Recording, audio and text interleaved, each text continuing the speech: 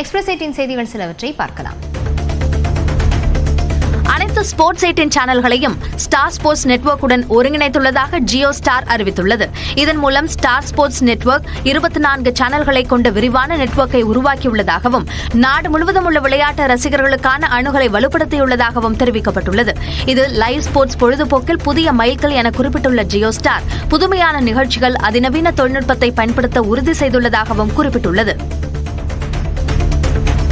ராஜஸ்தானின் உதய்பூர் அரச வம்சத்தைச் சேர்ந்த அரவிந்த் சிங் மேவாரின் இறுதிச் சடங்கில் ஏராளமானோர் பங்கேற்று அஞ்சலி செலுத்தினர். இந்தியாவில் உள்ள அரச குடும்பத்தைச் சேர்ந்தவர்களில் மிக பரிச்சயமான அரவிந்த் சிங் மேவார் தனது 81வது வயதில் காலமானார். அவரது உடல் ஷம்பு நிவாஸ் அரண்மனையில் வைக்கப்பட்டு இறுதிச் சடங்குகள் செய்யப்பட்டன. வண்டலூர் காப்பு காடுகளில் கொட்டப்படும் பிளாஸ்டிக் கழிவுகளை சாப்பிட்டு மான்கள் உயிரிழப்பதாக புகார் எழுந்துள்ளது. தாம்பரம் அருகே வண்டலூர் மலையை சுற்றியுள்ள ஆயிரக்கணக்கான ஏக்கர் காப்பு காடுகளில் முயல்கள், மான்கள், நரிகள் உட்பட ஏராளமான வனவிலங்குகள் உள்ளன. இந்த காடுகளை சுற்றியுள்ள பகுதிகளில் பிளாஸ்டிக் குப்பைகள் கொட்டப்படுவதால் உணவு தேடி வரும் மான்கள் இவற்றை உண்டு காடுகளில் உயிரிழக்கும் சோகம் தொடர்கிறது. இதனை தடுத்து மான்களை பாதுகாக்க வனத்துறைக்கு கோரிக்கையும் விடுக்கப்பட்டுள்ளது. நாமக்கல் மாவட்டம் பாண்டமங்கலம் அருகே பணியின் போது மின்சாரம் பாய்ந்து கேங்மேன் உயிரிழந்தார். கபிலர்மலையை சேர்ந்த கார்த்திக் என்பவர் பூசாரிப்பாளையத்தில் உள்ள மின்கம்பியின் மீது ஏறி பணி செய்து கொண்டிருந்த போது மின்சாரம் பாய்ந்து சம்பவ இடத்திலேயே உயிரிழந்தார். பொதுமக்கள் அளித்த தகவலின் அடிப்படையில் வந்த அவருடைய உடலை மீட்ட காவல்துறையினர் பிரேத பரிசோதனைக்கு அனுப்பி வைத்ததுடன் விசாரணை மேற்கொண்டு வருகின்றனர். நாமக்கல் மாவட்டம் பள்ளிப்பாளையம் அடுத்த அக்ரஹாரம் பகுதியில் 90 வயது மூதாட்டி கொலை செய்யப்பட்ட வழக்கில் 2 பேர் கைது செய்யப்பட்டனர். வீட்டில் தனியாக இருந்த சரஸ்வதி என்ற மூதாட்டி கொலை செய்யப்பட்டதுடன் அவரது அரை சவரன் தங்கத்தோடு காணாமல் போனது. இது தொடர்பாக 4 தனிப்படைகள் அமைத்து அக்கம்பக்கத்தில் உள்ள சிசிடிவி கேமரா பதிவுகளை கைப்பற்றி விசாரித்தனர். அதன் அடிப்படையில் அதே பகுதியைச் சேர்ந்த ராமு, தாமோதரன் ஆகியோர் கைது செய்யப்பட்டனர். புதுச்சேரி வில்லியனூர் சிவசுப்பிரமணிய கோயில் தேர் வெள்ளோட்டத்தை முதலமைச்சர் ரங்கசாமி வடம் பிடித்து இழுத்து தொடங்கி வைத்தார். சுப்பிரமணியர் கோயிலுக்கு புதிதாக 27 அடி உயரத்தில் புதிய தேர் செய்யப்பட்டுள்ளது. இந்த தேர் வெள்ளோட்டத்தில் அமைச்சர் தேனி ஜெயக்குமார், எதிர்க்கட்சித் தலைவர் சிவா உட்பட ஏராளமானோர் பங்கேற்று அரோகரா கோஷம் முழங்க வடம் பிடித்து இழுத்துச் சென்றனர்.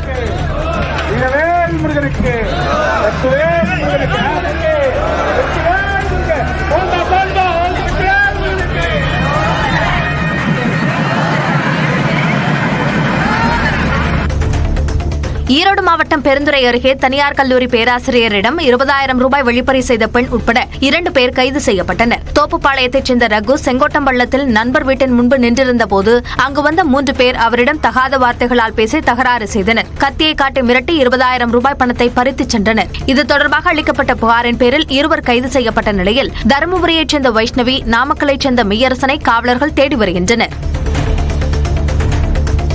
திருப்பூர் மாவட்டம் போயம்பாளையத்தில் மருந்தகத்திற்கு மாத்திரை வாங்க வந்த நபர் மயங்கி விழுந்து உயிரிழந்த சம்பவம் அங்குள்ள சிசிடிவி கேமராவில் பதிவாகியுள்ளது.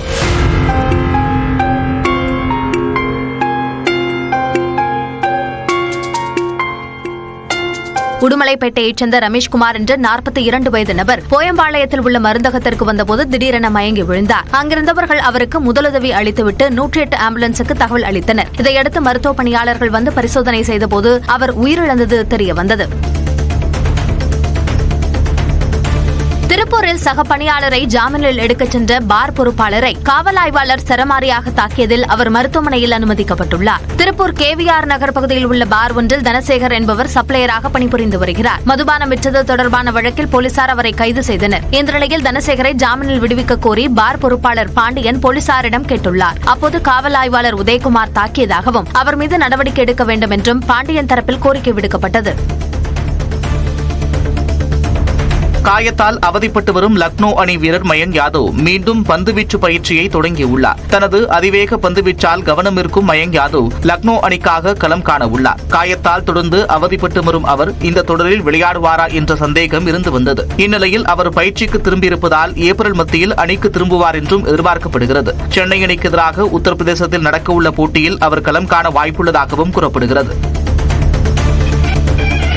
தஞ்சை அருகே பிரசித்தி பெற்ற முத்துமாரியம்மன் கோயிலில் பாடைக்காவடி திருவிழா வெகு விமரிசையாக நடைபெற்றது. தஞ்சை அரித்வாரமங்கலத்தில் உள்ள முத்துமாரியம்மன் கோயிலில் 83வது பங்குனி திருவிழா கடந்த 14ஆம் தேதி காப்பு கட்டுதலுடன் தொடங்கியது. இதன் சிகர நிகழ்வான பால்குடம் மற்றும் பாடைக்காவடி எடுக்கும் விழாவில் திரளான பக்தர்கள் பங்கேற்றனர். இறந்தவர்கள் போல் பாடை கட்டி நேர்த்திக்கடன் செலுத்தினர்.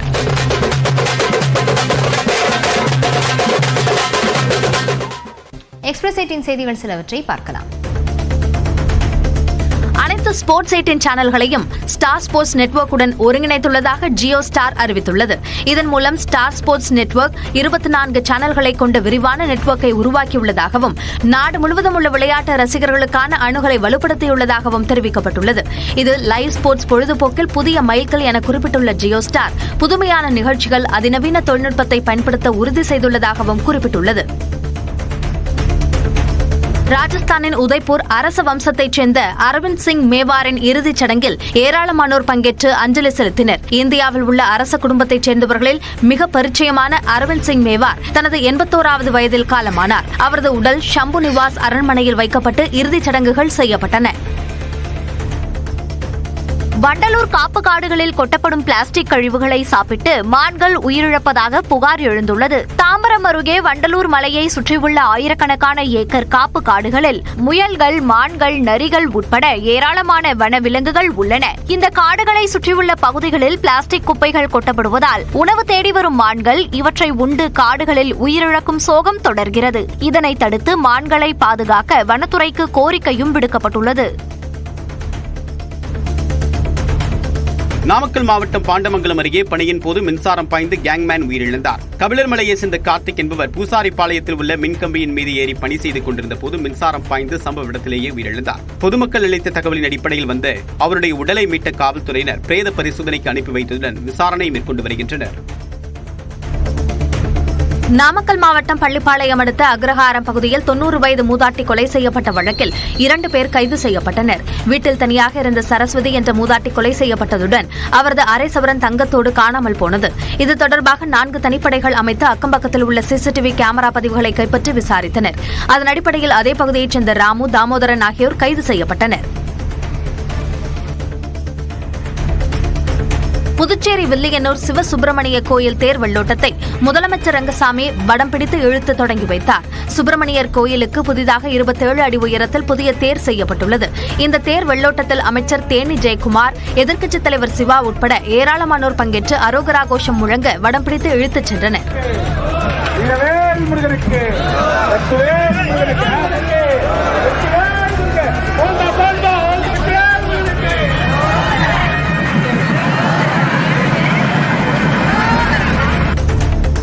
ஈரோடு மாவட்டம் பெருந்துறை அருகே தனியார் கல்லூரி பேராசிரியரிடம் 20,000 ரூபாய் வெளிப்பறி செய்த பெண் உட்பட 2 பேர் கைது செய்யப்பட்டனர். தோப்புப்பாளையத்தைச் சேர்ந்த ரகு செங்கோட்டம்பள்ளத்தில் நண்பர் வீட்டின் முன்பு நின்றிருந்த போது அங்கு வந்த 3 பேர் அவரிடம் தகாத வார்த்தைகளால் பேசி தகராறு செய்தனர். கத்தியை காட்டி மிரட்டி 20,000 ரூபாய் பணத்தை பறித்துச் சென்றனர். இது தொடர்பாக அளிக்கப்பட்ட புகாரின் பேரில் 2 கைது செய்யப்பட்ட நிலையில் தருமபுரியைச் சேர்ந்த வைஷ்ணவி, நாமக்கலைச் சேர்ந்த மெய்யரசனை காவலர்கள் தேடி வருகின்றனர்.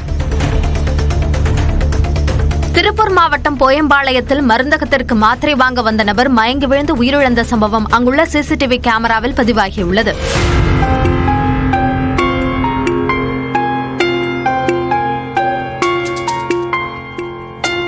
உடுமலைப்பேட்டையைச் சேர்ந்த ரமேஷ்குமார் என்ற 42 வயது நபர் போயம்பாளையத்தில் உள்ள மருந்தகத்திற்கு வந்தபோது திடீரென மயங்கி விழுந்தார். அங்கிருந்தவர்கள் அவருக்கு முதலுதவி அளித்துவிட்டு 108 ஆம்புலன்ஸுக்கு தகவல் அளித்தனர். இதையடுத்து மருத்துவ பணியாளர்கள் வந்து பரிசோதனை செய்தபோது அவர் உயிரிழந்தது தெரியவந்தது.